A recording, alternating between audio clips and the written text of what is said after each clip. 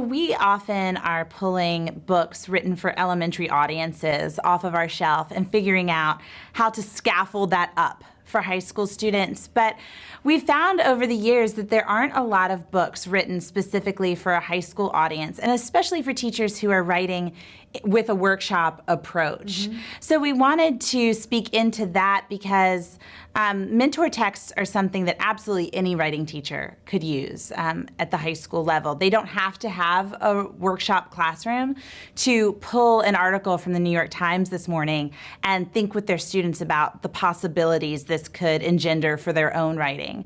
So this is a book that's for workshop teachers and for not workshop teachers, and for any teacher who wants to ratchet up the rigor of their writing curriculum, for any teacher who wants to make their writing curriculum more engaging, more connected to the real world of writing, moving out of the textbook and moving into the real world of publication.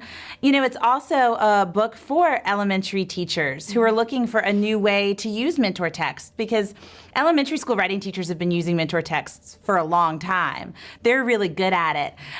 But this might bring some more nonfiction into their classroom. This might bring some more play into their use of mentor texts. And all they have to do is sort of scaffold it down, find Time Magazine for kids, Sports Illustrated for kids, and those current up-to-the-minute publications are just as relevant for their fourth graders as the older publications are for my seniors.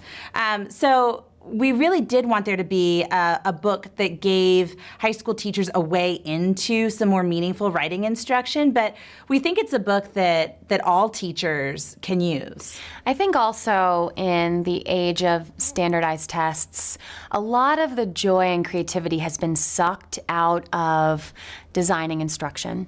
And teachers are being asked to be themselves less and less every day. But the mentor text approach allows you to sort of marry your teacher self with your self, your reader self, your writer self. And where those two selves meet, you often find this magical mentor text that can be used to scaffold writing in class.